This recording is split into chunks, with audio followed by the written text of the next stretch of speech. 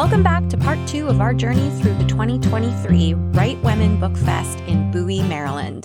From holiday contemporary romance to high school fiction, fantasy, children's literature, poetry, and contemporary fiction, we uncover the unique voices behind these diverse genres. When you listen to each of these women, I encourage you to take their words into your heart. Let them soothe away any self-doubt or writer's block that you've been stumbling over. Because these women prove over and over again that with passion and dedication, you can do this too. All right, let's dive in. When I popped over to Katie Eagan Schenck's table, she had on display her debut novel, A Home for Christmas. Her holiday contemporary romance novel falls under the sweet romance and women's literature genres. The first question I asked her was if she always knew she wanted to be a writer. Here's what she said. Yes, ever since I was in 3rd grade and a teacher loved my book reports. I love it. I love that. And so you were like, this is going to happen. Yes. So how does it feel now to be here at the book festival representing and being like, I am an author? It feels great. This is not my first event, but it's definitely the one I was looking forward to the most. That's awesome. Are you local? Yeah, I live in Pasadena. Oh, nice. I'm in Silver Spring. Oh, cool. Very cool. Okay. Well, is there any last message that you would like to give to aspiring authors out there? Just keep writing, keep at it. Even if you get if you decide to go traditional and you get rejected, there's always self-publishing and there's a community that's waiting to help you. Absolutely. I love that. Well, thank you so much, and congratulations on your debut novel. Thank you so much. Liv Macy is a fantasy author who's dived into the romance, paranormal, and urban fantasy subgenres. With 3 books under her belt, I was curious to know how long she's been writing books. So I started about 15 years ago, wrote 3 chapters, Okay. and then I had kids. Aha. So I didn't get started really seriously until 2019. 2019. Okay. All right. Are you a local author to the Right Women's Book Fest? Local-ish, about an hour and 15 minutes. I'm in Maryland. You're a Marylander. Yes. Yeah, to the Marylanders. Yeah. Yeah, to the fantasy authors as well. Yeah. And so what book are you showing off here today primarily? What's your first one in your series? So my first in series is Becoming Justice. Okay. And the title of your series is? It's actually the Infinites universe. Very cool. And what's the premise of your book? So if I had to comp it, it would be Laura Croft meets like a Marvel Arrowverse type of world. Each book has a soulmate as its premise, and each book has a happy ever after for a couple in that book. Very cool. Overarching. Mm-hmm. Okay, very cool. Do you have any last minute advice for aspiring writers, aspiring authors? Ooh, find your people. Oh, yeah. Because your people are important for support and advice and hand-holding and when you want to cry and when you want to laugh. Nice. Need that. Very cool. Thank you so much. You're welcome. Thank you. The next author I spoke with was Lauralee Kodzo, who writes middle and high school fiction. And the book she spoke specifically about left quite the impact in how it can help kids who've suffered from bullying. Not only was she incredibly friendly and helpful, but she has also published such a mind-blowing number of books that we began our conversation discussing her multiple pen names. So my fiction is under my initials LT Kodzo, Kodzo. And then I also have inspirational with my first name, Tima Lauralee. Tima's a title. Mm-hmm. And then I also have some children's books with my maiden name under Miss Tweety. Oh, that's so cute. It is cute. Yes, Tweety. That's my maiden name. So let's make good use of it. Yes, exactly. I love that. So, how many books do you have out? I'm standing at your table and I see 1, 2, 3, 4, 5, 6, 7, 8, 9 books. So there are more behind you. There's more. Got some in French and Spanish. Oh, my goodness. Got some more down here. I have 63 books, 65 books right now on Amazon for sale. Hot diggity dog. That's a lifetime. That is mind blowing. That's the gray hair. Uh-huh. So, did you always want to be an author then? I always loved books. I don't know that I always thought I could be one because sometimes we can be really intimidated by, really high craft and stuff. So I always loved books. I was the kid in, elementary school, and in the summertime, I didn't go play softball. I was in the library getting the who read the most books this summer prize. That's fantastic. Oh my goodness. And so you said that you cover a variety of genres. Is there a book that you want to talk about as your primary book here?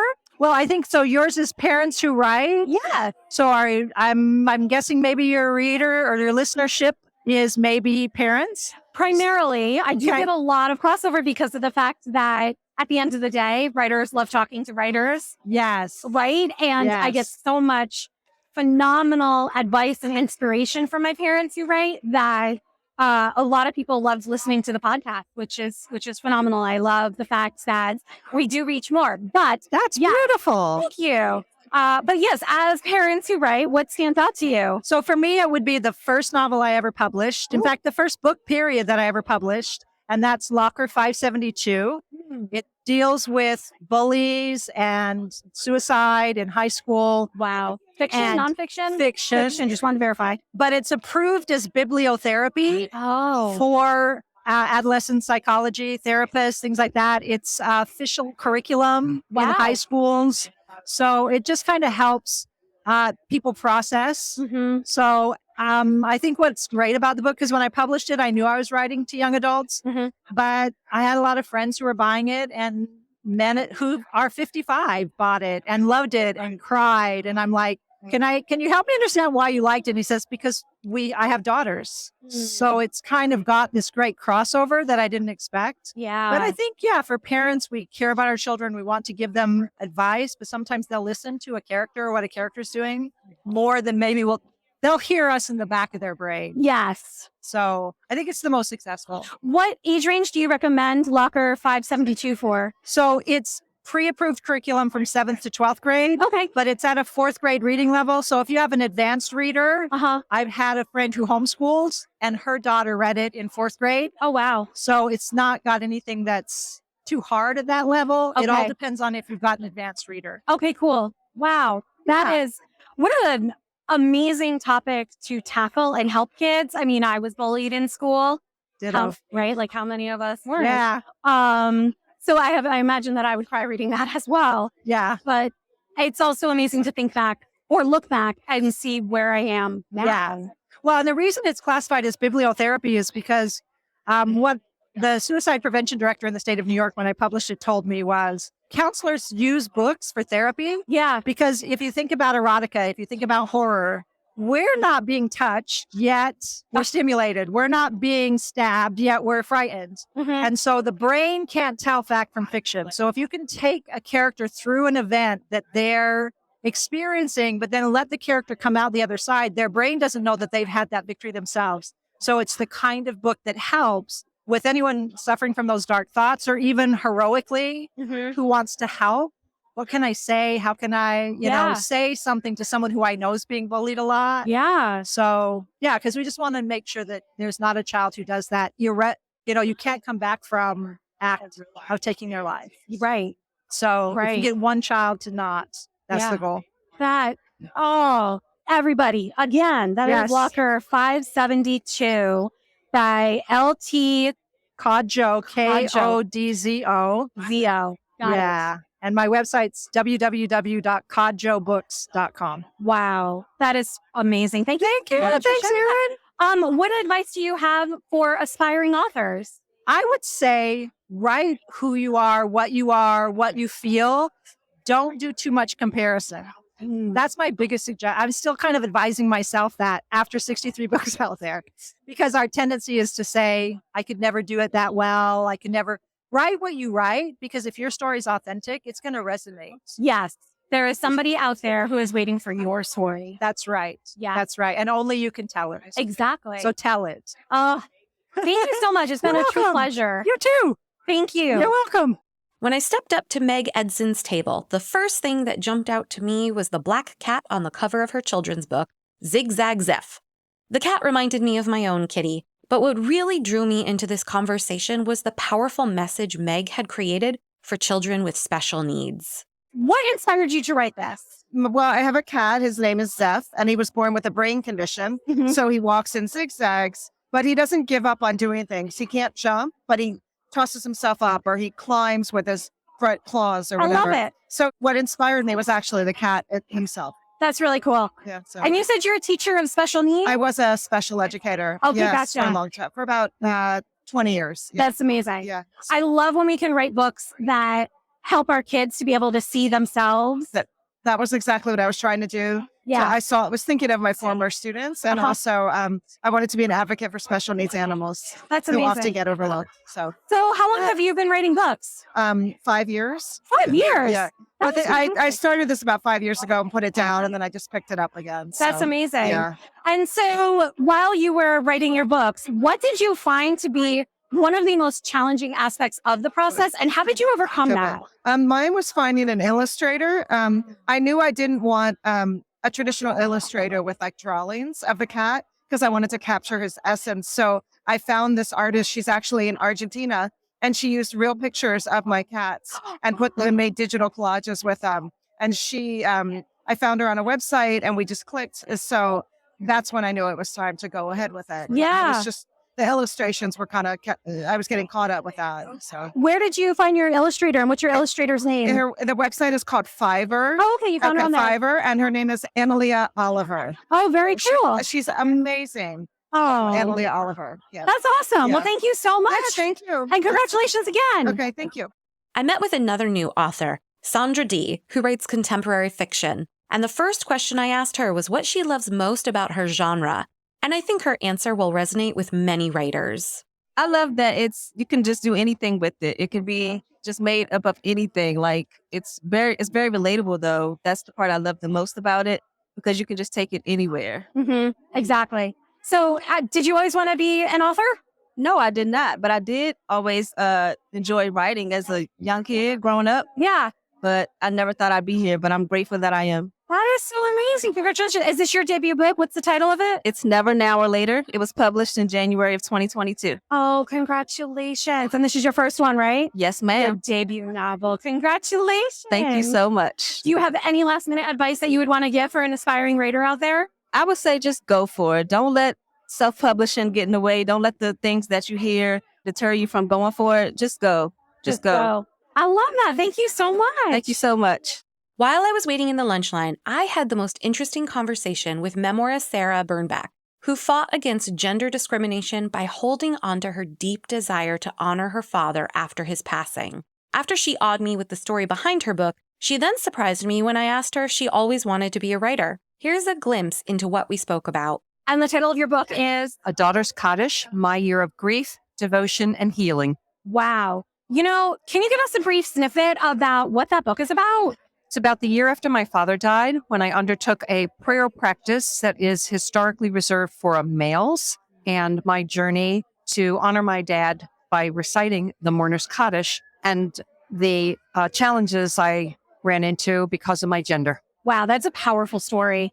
Did you always know that you wanted to be an author? No, I've been writing since I was a teenager. No. I journal regularly. I'm a certified journal facilitator. And I journaled the year after my father died, of course, and my journals informed my memoir. Wow. When I went to transcribe all my journals and try to relive that year, someone suggested to me that I might turn that into a memoir. Yeah. And I worked to make it more narrative rather than more like a journal entry. Right, exactly. Because I've had another memoirist on my show, and Kanisha Broussard, and she was talking about, because she's also an English teacher or an English college professor, and how it's really important that when you're writing memoir, you still have to make it a book. It still has to be narrative. It has to still tell an overarching story and transformation. And it has to be readable. Yes. And enjoyable to the reader. Exactly. Right. Exactly. I think that's the hard work. Yes. But I think that's phenomenal that you absolutely did that. Do you have any last advice for any aspiring authors out there? Well, take classes. There's a writer center in Bethesda that offers classes virtually as well as in person. Join a critique group and have your writing critiqued by others. I love that. And keep putting your pen to the paper. Yes. I love that. We call that living a writerly life. Amen. So, I love that. Well, thank you so much. It was very nice chatting with you. Thank you, Erin. In this last interview, I had the chance to speak with poet Terri Simon, someone I've come to look for at every local writing event I attend. I met Terri for the first time at the 2019 Write Women Book Fest, and she drew me into her world when she shared her poem about the never-ending waiting that takes place when someone has cancer. waiting for the diagnosis, waiting for the treatment, waiting to go home. When I bumped into her this time, I finally asked her how long she's been writing poetry. You want to know when I wrote my first poem? Yes. I was 5. Oh my goodness. I wrote a whole bunch through high school and college and some after, and then I didn't write for a while. And then in about 2014, I said, this not being a writer thing is old. I have to write again. Oh, wow. And really been focusing and crafting and poking and prodding at it since. What is your favorite thing about writing poetry? Well, it may be a toss-up between expunging the crap in my own head and the light I see when somebody gets what I wrote and I know that it made a difference to them. Yes, well said. What advice do you have for aspiring poets? Write. Edit. No, I actually, the phrase that I saw somewhere that I love is write without fear, edit without mercy. Yes, that is like a photo on Unsplash or Canva or someplace like that. Yeah. Yes, I saw it somewhere and I went, oh my God, that's my theme song. Yes. So that, and the other thing is, if you can possibly get a critique group or somebody that actually writes poetry that you can work with to get feedback, it's priceless. That's true. That is true.